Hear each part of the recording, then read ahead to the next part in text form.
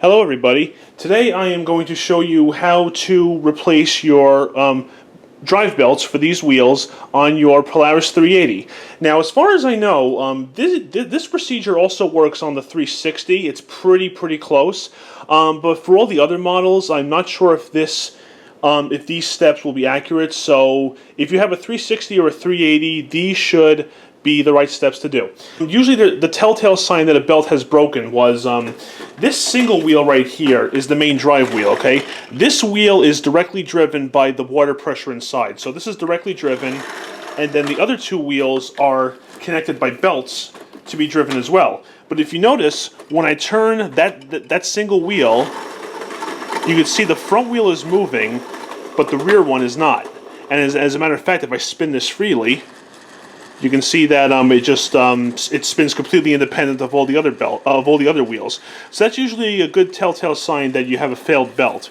And as a matter of fact, this belt, even though intact, is very weak because do you see how much free play there is in there before it grabs the drive mechanism and turns? There should not be that much free play in there. So it's a good idea. I say this like treat a pair of garage door springs. If one belt fails, replace both of them, because if one was worn enough to fail, there's a good chance that the other one isn't too far behind it. So it's a good idea to replace both of them. Just save yourself some trouble down the road. So like I said, one turns the drive mechanism with it, but the other one just spins completely independent. So that's a sign of a broken belt. Okay, and some of the parts that we'll be using today is, these are your drive belts. There's the part number if you want to take a look at that. And if you notice, they give them to you in pairs. And yes, one is larger, one is smaller. That's exactly what you should see. So if they give you in pairs, replace them in pairs. You're also going to need a Phillips head screwdriver and a couple of flathead screwdrivers to take off a couple of E-clips, which you'll see later.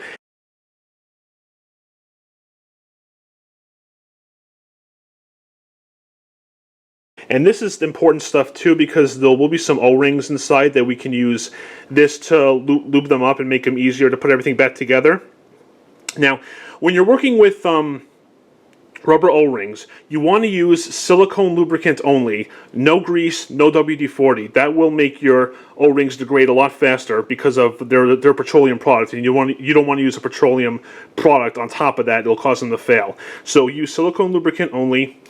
And a couple of containers to put the loose parts in, and also some paper towels, or in this case I have hospital rags that I'll use to keep my hands clean when I use the lubricant and stuff like that. And if this has been in your pool recently, when you take this apart, there's a good chance there'll be a lot of water, well, maybe not a lot of water, but still some water inside, so be prepared for some water to come out. In this case, ours hasn't been in the pool yet. It's been in the cabana since the winter, so ours is pretty dry. So just keep that in mind, and let's go ahead and begin the disassembly. And to start, the first thing you want to do is remove your float from it. Just give it some twists back and forth and it'll come off, just like so. And now you want to just remove your leaf bag or dirt bag, whatever you want to say it, just like that. You push in the two clips here and just lifts right off.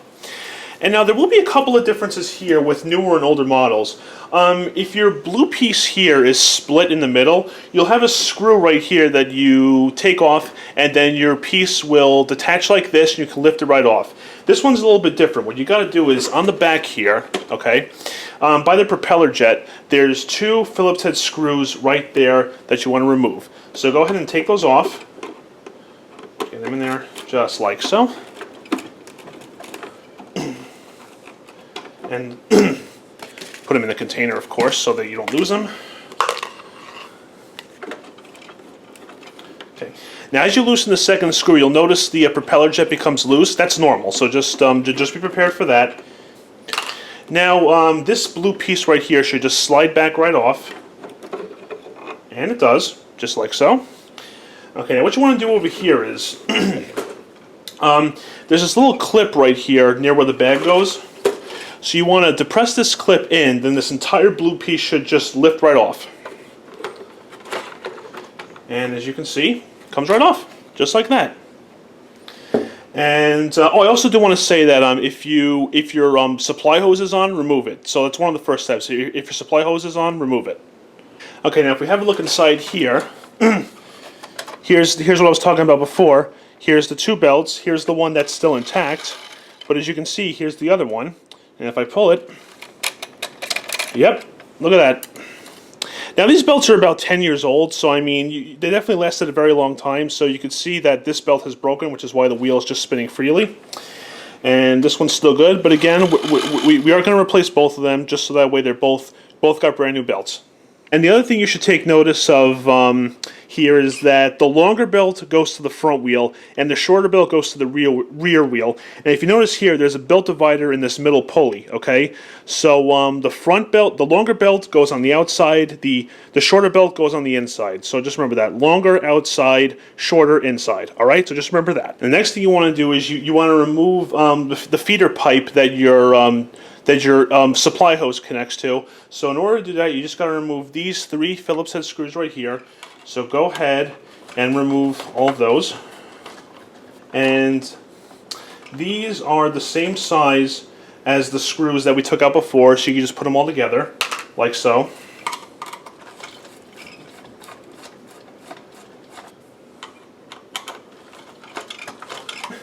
And now this should just lift up, pull it apart, and just lift it up.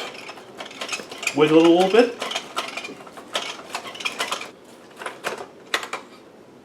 Okay. You just what you want to do is after you get it apart, you just want to turn it a little bit this way so it clears the base, and just pull up.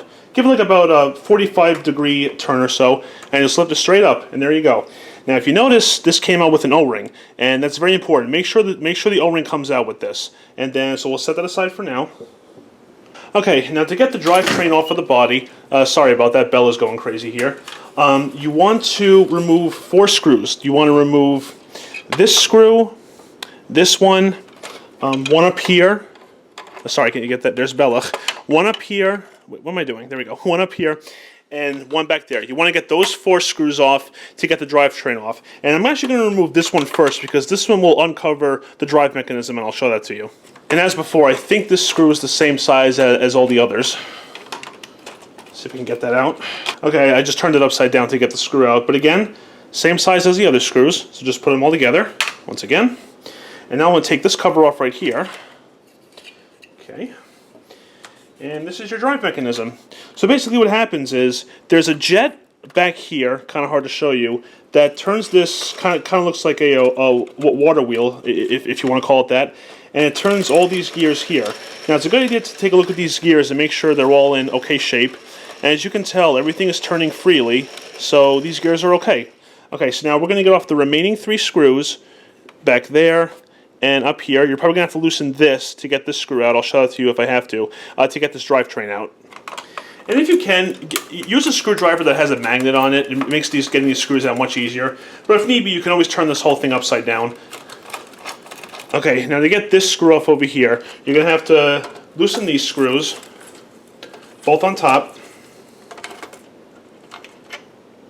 Okay, and you should take note that these screws have a washer on them, and they look like they're a little bit longer. Okay, so the 4 screws that go on the wheel mechanism right here, and the same for the one over here. Okay, those screws are longer, and they have a little washer on them. So make note of that as you take those screws out. Okay, so I'm going to put these screws in this container here, the different one. That way I don't mix them up. Okay, and now we have access to the other screw that we will need to remove to get the drivetrain out of the body. Okay, now with all those screws loosened, if you grab by the wheels, you should be able to pull it out of the base.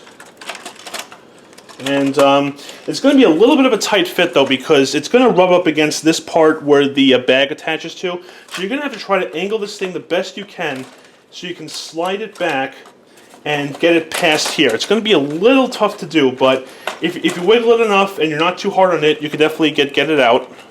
As you can see, I got most of it out, but it's still going to take a lot of wiggling because it's this middle piece right here that they decided to be difficult with. So you're going to have to try to keep moving it around and wiggling it around and just make sure you don't break anything and try to pull it out the best that you can. Okay, you just got to kind of like make it as straight as you can. Finally lift it up. And as you can see, the wheels are out. The problem was you got to watch out for this piece. Here's your base piece. You got to watch out for this part here and this hose back here. Definitely makes it pretty difficult to get out, but if you kind of lift it straight up, wiggle, but for the most part you want to lift it straight out, but you got to turn it around here and there to get it past this piece and this piece here. But as you can see, Our wheel mechanism is now out. Just a couple of things to note in the base piece itself. There's going to be a weight right here. You want to make sure that it stays in. It goes right there. And then there's also this piece here that the drive mechanism attaches to. You can leave it in or take it out, but just so you know, there's the jet for the water wheel, okay? And then the part with the hole for the screw goes on the front like that, and it just slides in right there. I'll show that to you again when we reassemble this. Okay, now the best way to go about this part is take your drive mechanism and turn it on top of the single wheel so it lays like this. And then what you want to do is, with your flathead screwdriver, you want to pry off both these caps. Just get in there and just pry them carefully, just like that. Put them in the container. Same with the other one. There we go. Okay. Now, these are the E-clips I was talking about. You can see them right here. There's one right here. Okay, one right there. And one right there. Now these are the things you're going to have to pry off with. You can use, like I said, a flathead screwdriver is usually the best. Now when you take these off, make sure you have like a finger behind it or something, because you don't want these to go flying off, because they're very easy to get lost and be very annoying if you can't get them back. So we're going to have to take these E-clips off to take these wheels off. Try to pry it off. This one seems to be coming off all right. Okay, that one's off now. And put them in the container. Might not be a bad idea to cap the container when you put them in, just so you don't lose them. And we'll do the same to the other side. You can pry up a little bit too if it pry up in like the spaces inside. And there's our other clip. And go ahead and put that in the container. And let's cap that container just in case it gets knocked over or something. We don't lose our E-clips that way. And by this point now, we should be able to get the wheels off. Oh, as you can see, this one's already coming off, like so. See, it just slides right off. Oh, there you go. Slides right off the shaft. And now we can take the belt off. Now, just remember, the longer belt was on the outside. Like the longer belt, front, outside, rear belt, shorter, inside. That's how you go about it. And just for comparison, you can see that the broken belt fits inside the intact one, so you can tell that that's how it goes. And then we'll also remove this wheel from the shaft since we got that E-clip out. There we go. So here's both our wheels, and now both are identical. It doesn't matter which one you put back on where. But now let's go ahead and get the belts all situated. Actually, notice these plastic spacers right here. Make sure these stay on, because these will need to be on when we put the wheels back on. So let's go ahead and get the belts on. Rear one goes on the back towards the rear wheel, like so. Okay, you can see for the most part I got the belt on the rear wheel, and it's just a little bit of effort to get it on there, but that's a phone, don't mind that. Oh, but as you can see, there it is right in there. Whoops, bearing came out. Put that back in, just like so. And as you can see, we have the rear belt on with the rear wheel. So just to make it a little bit easier, let's go ahead and reinstall that E-clip. Okay, now when you reattach the E-clip, that white section that you had to take the two screws out of that had the washers on them, you're going to want to push them up, because as you can see, the shaft comes out a little bit more, and you're going to have to do the best you can to get that E-clip started in there. And then a good tool to use here is a pair of needle nose pliers. There we go, got the clip in. Then try to give it a push like that, then take your needle nose pliers and put one end on the shaft, one end behind the E-clip. And there you go. E-clip is right back on and wheels back in place. Okay, now you want to get the other belt on, and this is the part I mentioned about before that you had to remove the screws with the washers. When you put the wheels on, you want to push them all the way to this end here. That way the shaft is fully through the wheel when you reinstall the E-clip. Now we want to put the front belt on, and you know this does take a little bit of patience, but if you just go carefully, you can get it done. Make sure the belt divider on the central pulley isn't blocking the grooves that this belt has to fit in. So we'll go ahead and put that belt on now. Make sure it fits on there, and it does. And you want to make sure that this belt does not cross over into the rear belts area on the central pulley. Just kind of fish it on there. There we go. Good. Fitting is where it should be. And this little turns. Good. There we go. And just to give you an example of how everything is set up. Here's the rear wheel, shorter belt on the inside of the central pulley. And then here's the longer belt on the front wheel and on the outside of the central pulley. Belts are all back in place. Now let's get the E-clip attached for the front wheel. Same procedure as before. Hold up that white piece behind the wheel so the shaft stays all the way through and the groove is exposed. Get the E-clip prepared. Then we'll take our needle nose pliers. And there we go. E-clip reinstalled for the second wheel now. And now we'll just go ahead and reinstall the hubcaps, if you want to call it that again. Doesn't matter which wheel it goes on. Doesn't matter which wheel it goes on. This one right here. All right. All right. Now the belts are still loose right now, but I just want to show you that I'll turn the main drive wheel right here, and as you can see, all wheels are now turning together, and that's exactly what you should want to see. Okay, now to begin a little bit of reassembly here. Here's the base piece. Now I'm going to do this example in, let's just say that this piece and the weight had come out when you were disassembling. I'm just going to show you how to put it back together. What you want to do is, you can obviously tell the curved side of the weight goes to the tube for the leaf bag, and you may notice two right angle corners here, okay? And there's two right angle pieces on the bottom of the weight. So you just want to try to match those up and put them in, and then right there, see how nice and secure it is? That's how you get the weight back in. And if this piece came out here, looks like this, very easy to do. You just want to put this hole you see right here on that front end hole for the screw. So just put it right in, and that's it. Okay, now one thing I'm actually going to do here is, the propeller jet right here has an O-ring behind it. I'm just going to take it out temporarily. There's your propeller jet right there. And inside here is a small O-ring. Now what I'm going to do is I'm going to put a little bit of the silicone lubricant on there, just so that way when I put everything back together, this moves freely, and it helps extend the life of the O-ring a little bit, because you want your O-rings to last as long as you can. It just makes things that much easier. And obviously if this O-ring is in more than one piece, then it's bad and you should replace it, but in this case it's okay. So put some lubricant on it. Now we'll just reinstall the propeller jet, like so. Get it through the rear hole there. Very good. Alright, now this next step is probably the toughest of them all.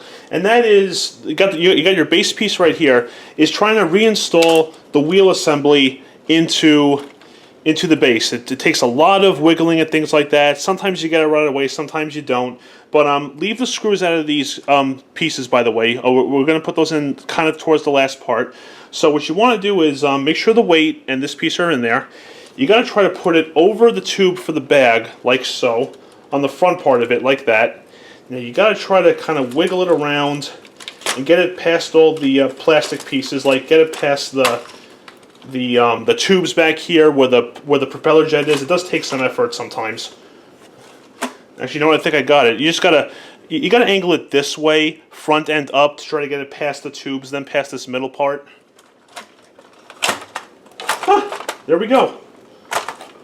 Wheels are back in place. Now all we gotta do now is just screw the wheel mechanism back into the base, and then take any four shorter screws without washers on them, and put it back in. We're gonna reinstall the screw here, back here, and over here. We're gonna leave this one off for now because that's also the cover that goes over the gears. So we just want to leave this one off for now until we test the wheels.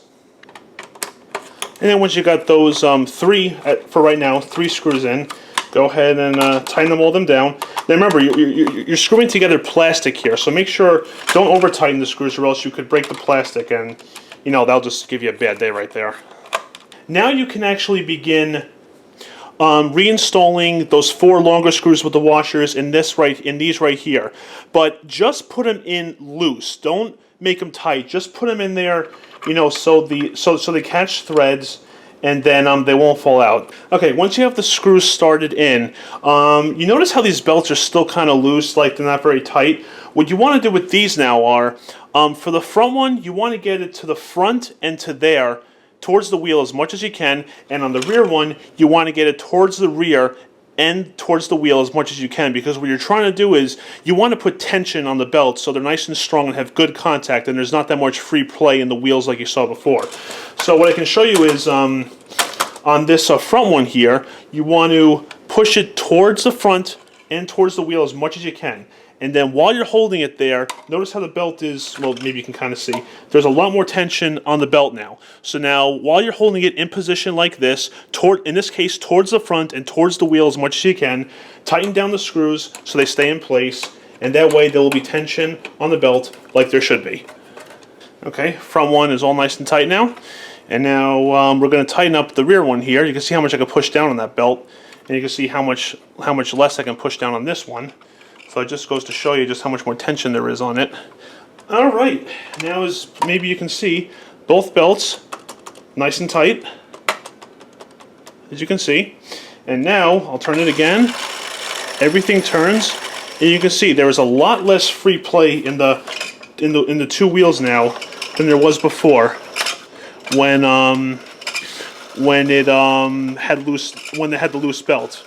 Much better now. And they all turn exactly as they should. So, belts are all now back in place. Now let's go ahead and reassemble the gear cover now that we tested the wheels. Belts are all nice and tight. Everything turns freely, exactly as it should. So we did well on that test. And let's go ahead and reinstall this cover. Put it directly over.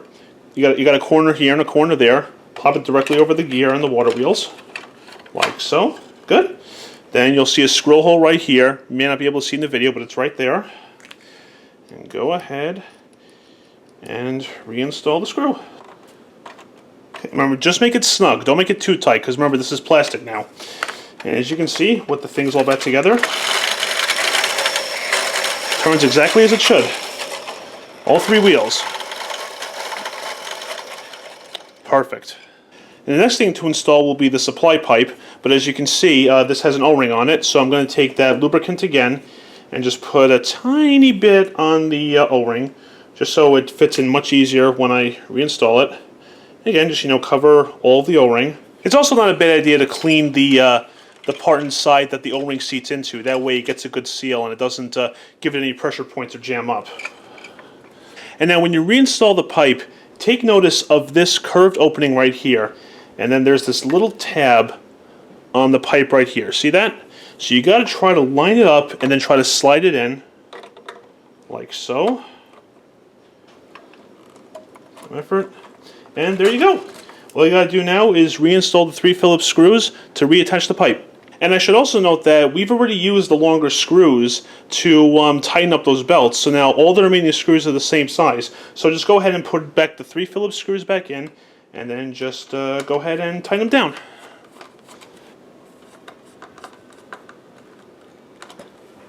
Now with the tube reinstalled, we can put back our top piece back on. And now, just so you know, if you have the different model Polaris where the top piece splits in two, you'll just put them on, fit them together, and then put a screw through here. On this particular one, what you want to do is, over here, you want to get it past this clip right here. So you just kind of slide it down. Make sure it goes past the, do it from the side here, actually, it'll be a little bit better. Make sure it goes past where the float goes, and there's 2 tabs on the back here. Let me see if I can show that to you. There's 2 tabs on the back here that are supposed to go behind where the propeller jet goes. So you want to make sure that fits in well. So you just got to slide it down, make sure the tube fitting goes through, and it did. Hose fitting goes on the back fitting goes to the top here. Just kind of fish it through. There you go. And there you go. Top piece back on. So now let's go ahead and then reinstall this piece right here. And now this piece is really simple. What you do is just slide it onto the back. Make sure the hole is where the float fitting goes through. Just go there, slide it on. Make sure that the propeller jet goes through the central hole, or center hole I should say. Just like that. Okay, now we're going to take our last 2 screws. Now, as I put in these 2 screws, I don't have any screws left, so I know for the fact that everything is back where it needs to be. If you have screws left, you may want to check to see where you possibly might have left anything else. So we screw that back in. It should grab onto the mechanism for the jet, and it is, so that's a good sign. Put this one back on too. Remember, just snug, don't have to be too tight. And again, just snug them up, just like so. Alright, good. Now to complete everything, just reinstall the float. You can either way, it doesn't matter which way it goes on. Just like so. Goes all the way to the end, just like it should. And when you reinstall the bag, make sure it looks like it's going towards the back like this. You know, make sure it looks like it trails this piece, just like that, so you know it goes on correctly. And just put it on, wait till it snaps, just like that. And then you would reattach your hose right here. And that, guys, is how you replace your drive belts on your Polaris 360 or 380. And just to show, I will turn the main drive wheel once again. And as you can see, all wheels are turning.